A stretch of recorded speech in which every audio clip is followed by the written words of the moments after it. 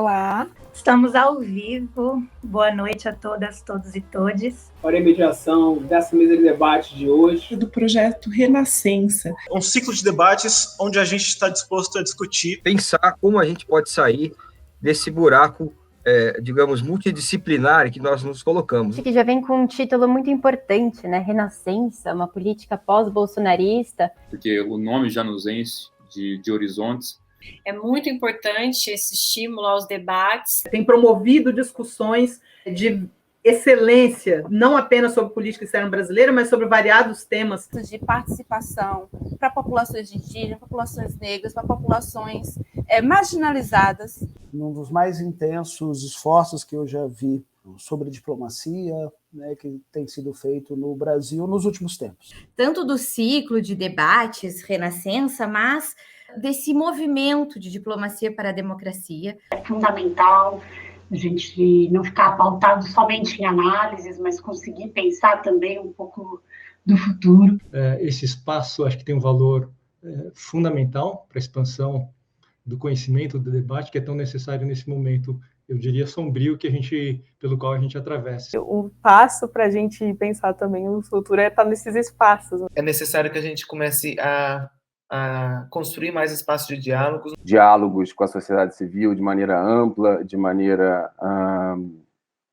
livre, né? Não há outra palavra. Essa liberdade da gente estar falando é aquilo que a gente acha, aquilo que a gente pensa. Isso é muito importante. Nesse momento, em qualquer circunstância, mas nesse momento especialmente, ele se torna imprescindível. No momento tão sensível e que a gente precisa de um debate consistente. Não precisa de doença grande, remédio pequeno não, doença grande, tem que ter também remédio mais grande ainda. Porque a gente começa a abrir no meio dessa névoa, no meio dessa floresta densa, difícil de encontrar a luz, juntos é mais fácil. Porque nós vamos vendo cada vez mais diversidade protagonizando discussões que são fundamentais, que devem ser protagonizadas de forma diversa e plural, né? Quando a gente está lutando pela representação, né, de corpos e pautas diversos, ou seja, de mulheres, homens, negros,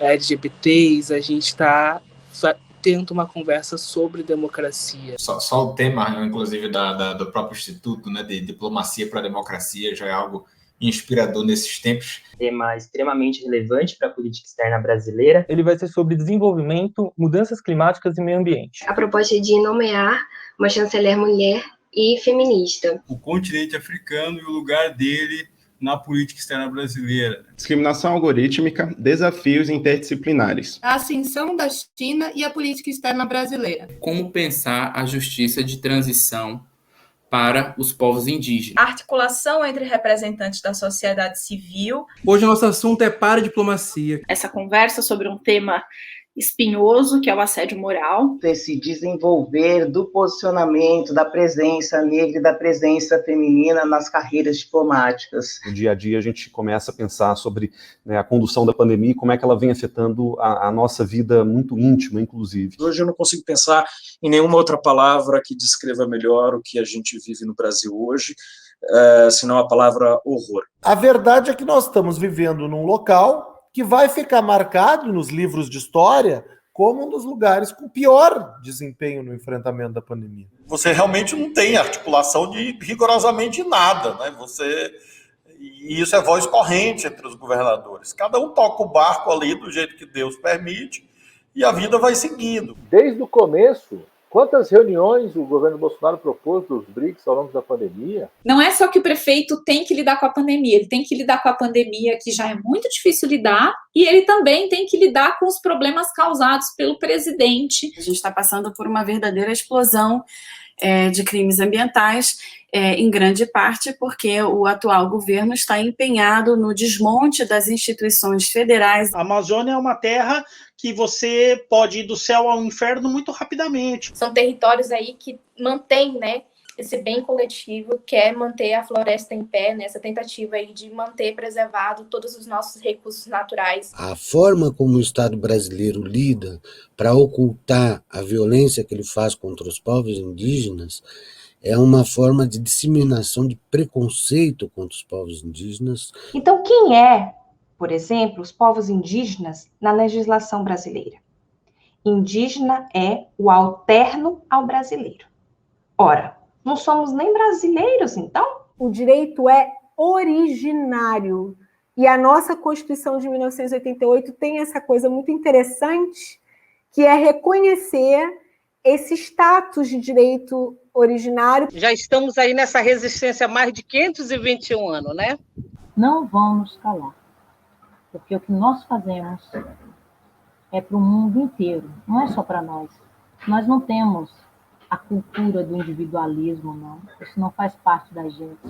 Eu vou continuar essa luta, vou continuar defendendo, e eu vou continuar gritando, e muitas vezes eu vou continuar chorando. Porque essa luta se faz necessário não só para nossas terras indígenas, não só para os povos indígenas, mas também para toda a humanidade. Se a gente quiser realmente avançar no aspecto, né, dos direitos sociais, a gente vai ter que ter povos indígenas. Nós não vamos mais aceitar que essa pauta seja tratada sem a nossa participação. Eu sempre falo, a gente tem muito disseminado a ideia de lugar de fala e a gente precisa ter uma escuta ativa, porque a nossa fala tem alguma ressonância. Nossa maneira de ver o mundo deve ser respeitado nesse Estado plurinacional que é o Brasil. Pergunto, cadê o fim da escravidão que se proclamou em 1882? Na universidade não se falava muito isso, em racismo estrutural, havia aquele mito da democracia racial no Brasil. É uma elite, é muito preparada, mas os interesses são da elite, as identificações são com a elite. O meu papel hoje aqui foi muito de trazer essa perspectiva, né, de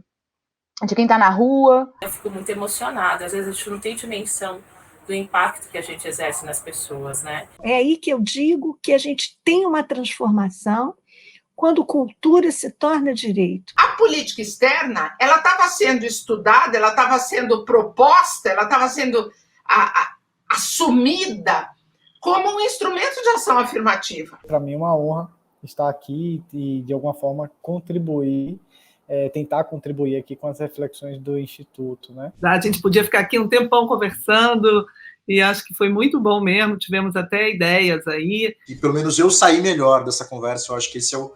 Né, a gente sempre tem que pensar nesse sentido. Assim, né? A gente tem que ser realista no diagnóstico, mas esperançoso, né? No futuro, na luta. Não é só não saltar a mão de ninguém, mas é nos abraçar mais do que nunca, mesmo que seja virtualmente.